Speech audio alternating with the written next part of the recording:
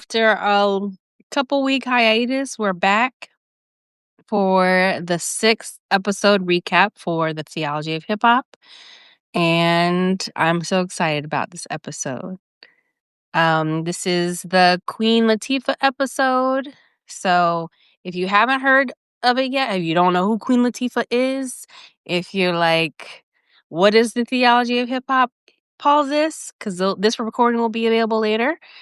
And go ahead and watch the or not watch.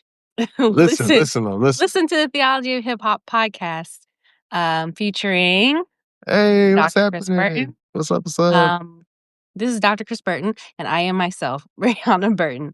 And so we are here to just recap and talk about creative processes and themes, all about this episode. So hope you're excited. Indeed. And I got to shout out a dear friend, Virginia Burke, in the chat.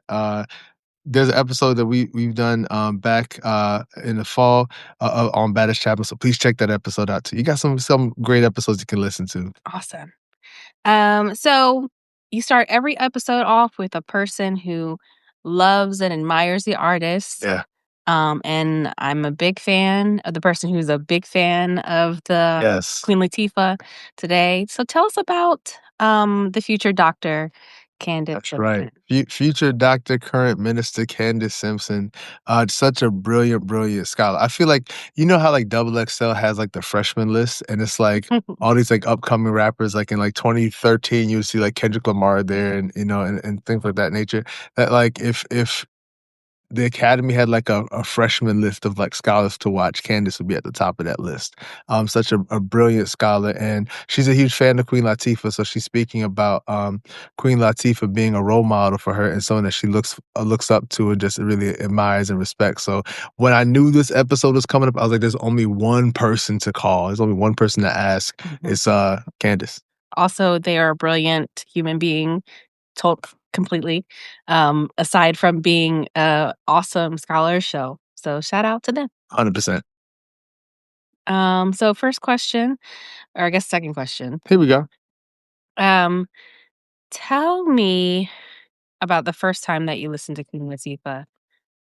Oh man, What was your feelings? I feel like I heard Queen Latifah first when she was, I guess, like living single was a thing. Yeah. And so Mid-90s. so like mid-90s. But I feel like the first Queen Latifah song I had to hear was like UNITY, because I had an older cousin who we would watch The Box. Shout out to everyone who used to watch The Box back in the day.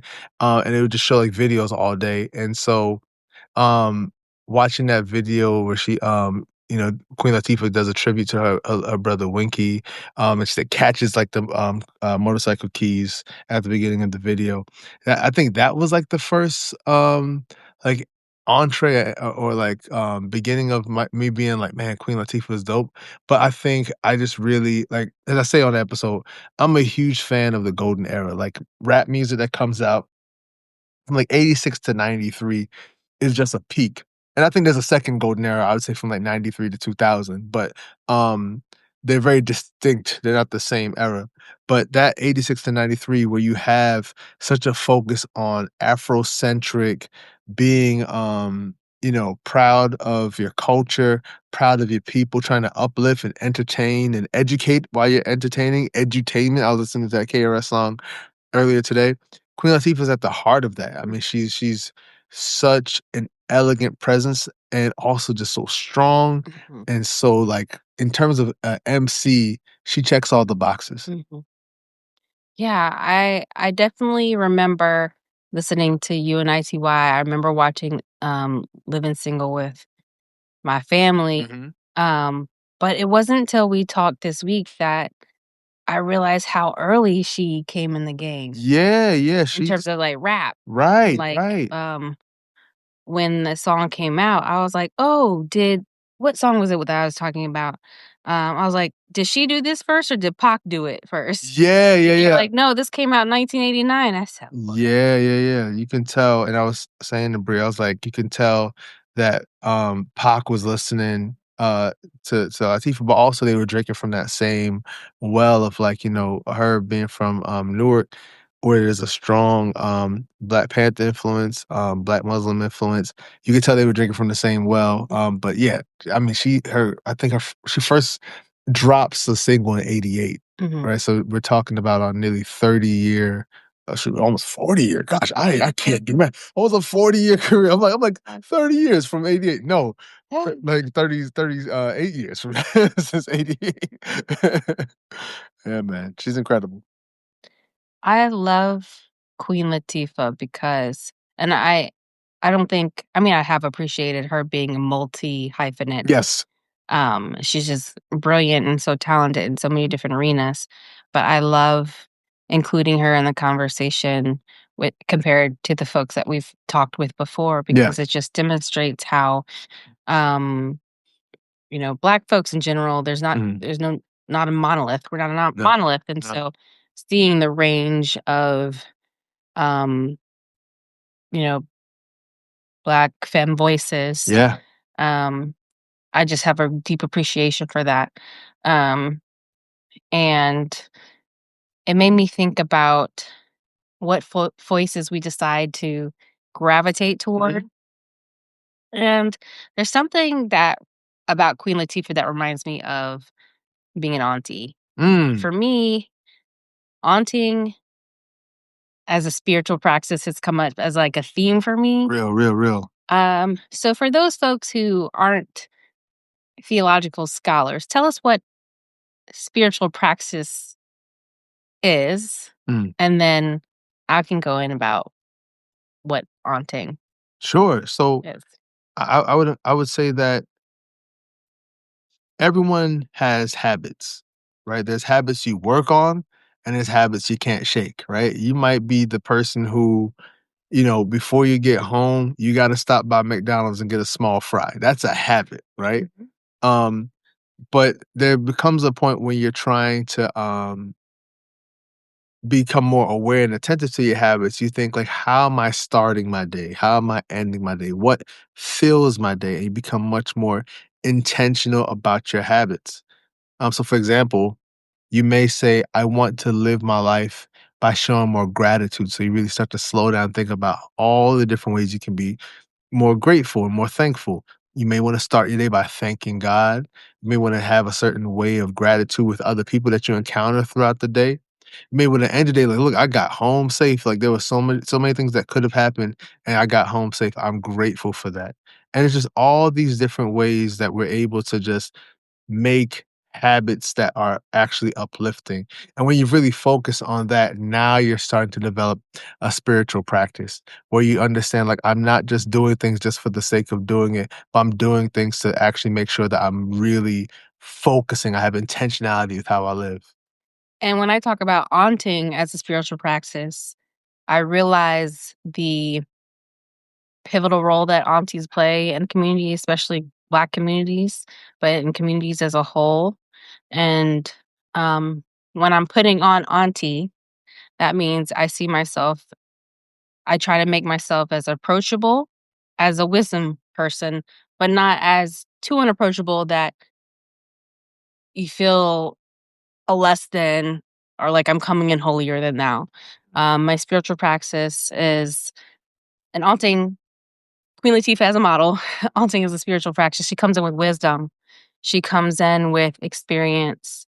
And when people approach me when I go out in life, um, and minister to people in my birth work and in life in general, I'm coming as auntie. Yeah, man. So, That's critical. No, I think the ways in which we need community and the ways in which we need to have people who inspire us that may not fit within. Because I think Western culture, like, there's so much individualism that is just really emphasized. Like, you have to figure it out by yourself. And I think being able to say, you know what, even if I don't have this in my immediate space, that there are folks who I can reach out to who may show up in my life who can provide what I need is really powerful. And I think aunting is one of those things that provides that. yeah. And so, Queen Latifah and her aunting spiritual praxis talks a lot about a lot of different themes and serious things are going on in the Black community at that time. So she talks about misogynoir. She talks about intimate partner violence, all these different things. And when I first listened to UNITY as a child, Mhm, you don't think of it as a call against those things, but I thought of it as just like, oh yeah, Black community come together, mhm. people of all races come together. But you could tell she cared deeply Yeah, and desire to be a voice, a beacon of hope in the dark, yeah. a beacon of light in the darkness. Mhm. Um, and how do you think that plays out in hip hop in general, and during that time? And then how do you think that could be demonstrated during our current time? Yeah, so I think it's very different how it was presented then and how it would be understood now, and that at that time, you really had, a much more expectation of the kind of thing that she was doing, where people it wasn't it wasn't weird to say, like, "That's not hip hop," right? So, for example, a big, aspect of the culture at that point was saying, like, you can't cross over. So, if you were someone who did which now, like, in 2026 seems weird, but, like, if you did a big commercial for, like, a soft drink or something, people were looking at you like, "Oh, man, you sold out." Like, that's not hip hop, right? But now you can't imagine not hearing a rap song, in, like, a movie trailer or something. Like, Mhm. that would seem like, if that all went away, you'd be like, "What happened?"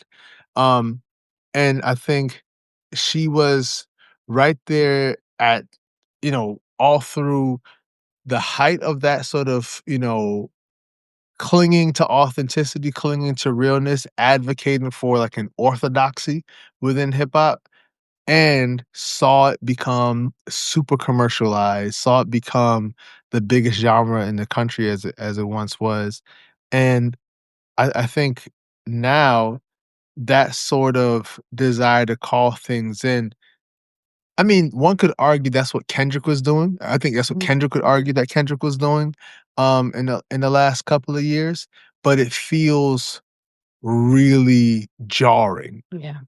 because that sense of saying, like, "That's not hip hop," it's almost on the mainstream conversation, that seems really, like, weird. You sound like the backpack rappers, you sound like the underground rappers, and a lot of that call for authenticity sounds like you're just jaded. You're upset because you can't go number 1. Mhm. You're upset because you're not asked to do a commercial, and I think that that's kinda shown the ways in which hip hop has blown up and become this, like, giant cultural juggernaut, but at the same time, I think that there was a lot that was lost. I think Latifah represents the best of what we need to preserve in that a song like UNITY, all through her catalog even, you see this sense of there has to be a way we have to deal with each other. You can't just resort to treating me like a piece of meat. You can't just resort to just being violent with each other immediately. She's always firmly holding that line of like, yo, this is how it's gonna go.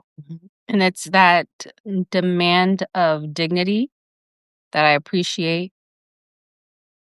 It's it's respecting the imago Dei of each person. Um, demand understanding that God we see God's image in every person and that every person deserves the dignity um to be seen as a person. Mhm. Um and one of the things that I wanted to ask you about is the effect of her life on her brother's death and grief and how her faith played into that.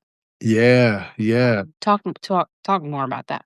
So what amazed me in my research was that she describes going through such a dark period that I, as a fan, now mind you, I was a kid, but I don't remember. Like, you didn't hear about, "Oh, man," and we did at that point in, like, the mid to late '90s hear about your favorite superstar Mhm, going through some like, man, they're falling off, like, they're battling this addiction, they're battling that. But she talks about how she battled, alcohol, like, mhm, that she was using alcohol to cope, but that was not something that we mhm, in the public eye were really privy to. mhm, And I think that, That's also a sign in watching her, I wanna say 2016, like, Lifetime Achievement Award that she got from BET really talks about just, like, the strength of her family unit, the strength of Flavor Unit, the strength Mhm. of her relationship with people like, Shakim and the folks who were day one, friends and supporters of her to really shield her. Like, she's lived a very private life, you know, like, Candace talks about her being a queer woman, but Latifah doesn't really talk about, you know, her partner. She doesn't talk about her family in that regard. She talked about her family. She's talking about like her siblings and her parents, but not necessarily talking about a family that she's created. And I think that all of that together really just signals like the strength of her team in terms of protecting her privacy, right? So for the hills and the valleys, like the hills of, you know, her family that she wants to just sort of protect from the world, and also the valleys of the difficult situations that she's gone through. It's important, and I think she models the strength of having a great team around you to really protect you and help respect and enforce your boundaries. Yeah. Um, Talk to us about when you're doing your creative process Mhm. and realizing how much dance hall influenced her music. Oh, yo, I had to Google, "Is Queen Latifah West Indian?" Because there's a song, and I play a clip of it, on the episode where she's speaking straight up patois for, like, a good chunk of the song, and she's, like, riding the rhythm really well, and I was like, "Yo, is Latifah Jamaican or West Indian?" Like, you know, Trini or something? But, like, nah, she's African American, but it really once learning that, I turned to Brie, I was like, "Yo, Shabba Ranks and Super Cat were huge." Yeah. That's what I said. I was like, you know, in 90, 91, Yeah. 92, like, it's clear that dance hall influence was so massive and obviously hip hop, um, especially the hip hop that she was creating on the East Coast in Jersey. There's a huge West Indian and Caribbean community there. So dance hall breaking into the US market first came through you know, New York as well as Miami, but like primarily New York. And so it was just so amazing to hear her. And I was like, yo, like, is she 'cause she really, you know, was flowing and it felt authentic in a lot of ways, but it's just, it shows her versatility and greatness as an artist, you know? Mhm. I think something when we compare when you're looking back at the other hip hop artists that you covered on the show Yeah. and you're listening, you're researching, you're doing all this for the Queen Latifah show. Mhm. What are some things in her body of in her work Yeah. that are irreplaceable? Ooh. Like, what are some themes, some songs? What are some things that, like, she is like, "Oh, this is her contribution to the genre, the Ooh, art." man. I would say she's one of the first ones, you know, is a trope of, like, rapper turned actor. Um, you could argue Queen Latifah is the most successful at that in terms of, like, artistry, right? Like, if you're talking about, like, you know, box office gross sales, like, it's Will Smith with, like, like, almost no comparison, right? Yeah. Like, Ice Cube may be number 2. But in terms of which rapper could seriously win an EGOT, Yeah. you know? Because she's done jazz, she's been on Broadway, right? She's in Mhm. movies. Obviously, she has music, like, a true EGOT threat, you know what I Mhm. mean? And I'm hard pressed to think of a rapper, right? Because the only other, like, artist in that same similar vein, I would say is, like, John Legend, right? Like, you could see him doing that. Um, and I guess, like, Lin-Manuel Miranda or something. But, like, I think that, the way in which she just allows herself to try stuff out, Mhm. and she's great at it, right? Like, I think comparatively speaking, Andre 3000 says he's releasing a new album. People get upset that he's just playing the flute. Like, he doesn't get the space. This man is one of the greatest MCs we've ever had, and Mhm. he's not given the space by his audience to just figure stuff out and create and maybe say, like, "Hey, I don't wanna do that thing that I'm really good at, that y'all love me for. I wanna do something else." he doesn't get the chance to do that, and it's really a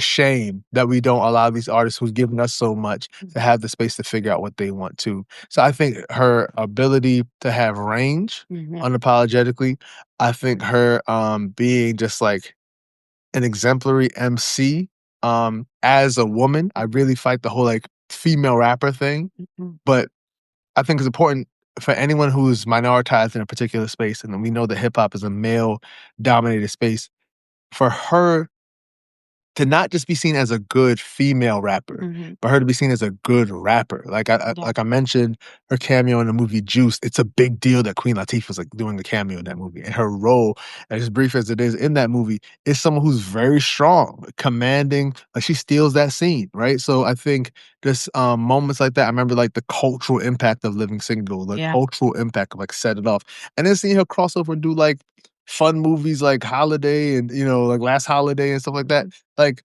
she's allowed herself to really push the limits of artistry, and I think that's really dope. Yeah. What an incredible artist. Yeah. Any last thoughts or anything you'd like to say regarding Queen Latifah before I ask you for a hint about next week? Ooh, yeah. Man, it was a fun episode to make. It's really a fun episode to make. When I'm able to make these episodes about the artists who are still living, I'm glad. Yeah. I'm really glad. Because hip hop is such a young art form, right? Like we just celebrating this year, we'll be celebrating what, 53 years? The museum's gonna be opening this year in the Bronx. Stop. Can't wait to go see it. We should be talking about folks like they're in their 80s at the eldest, right? Like, and that would be like a grown person with something like somebody in their late 20s, early 30s. We should not be talking about as many great rappers as we are in the past tense. And so when I'm able to talk about someone is like, they're alive and I can't wait to see their next thing. And I was like listening to her music for it, and I was like, man, like I've always had a respect for her, but I wasn't like, oh man, I got Latifah in my rotation, like ladies first and unity. But it really made me appreciate her even more as someone who I respected and admired, but that it only grew. So grateful for her. Yeah. Big up yourself. Big up Queen Latifah. So, what's your hint for next week? I am going to stay in New Jersey next week.